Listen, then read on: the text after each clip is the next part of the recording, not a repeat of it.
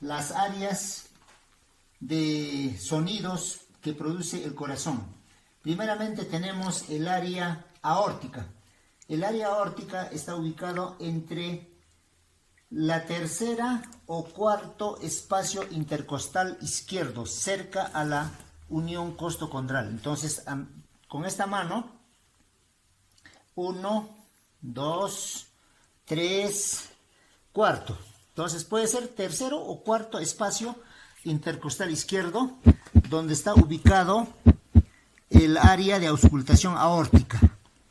Ahí auscultamos los sonidos de la válvula aorta.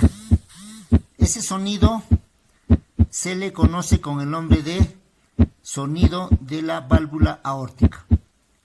Luego, en este lado izquierdo también tenemos el área mitral. El área mitral, agarramos al perro y contamos 1, 2, 3, 4 y 5 espacio intercostal izquierdo. Ahí está ubicado el área mitral, en el quinto espacio intercostal izquierdo.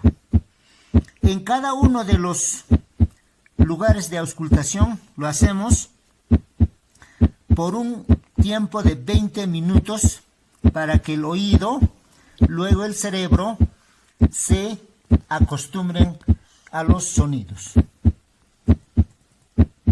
Ahora, muchachos, vamos a identificar la zona de auscultación del lado derecho.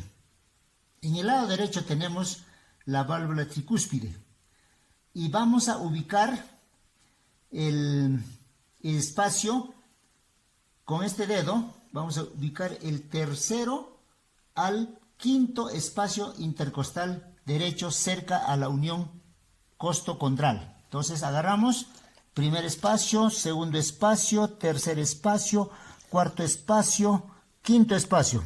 Como está entre el tercero y cuarto, entre el tercero y quinto, ponemos en el lado, en el espacio cuarto.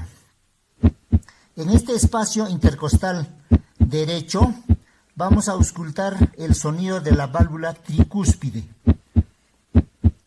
Lo mismo que los anteriores, vamos a auscultar por un tiempo de 20 minutos con la finalidad de que el oído y el cerebro se acostumbren a los sonidos. De ahí entonces, una vez que ustedes escuchen los sonidos de los lado izquierdo y derecho, van a memorizar perfectamente cómo suena la válvula.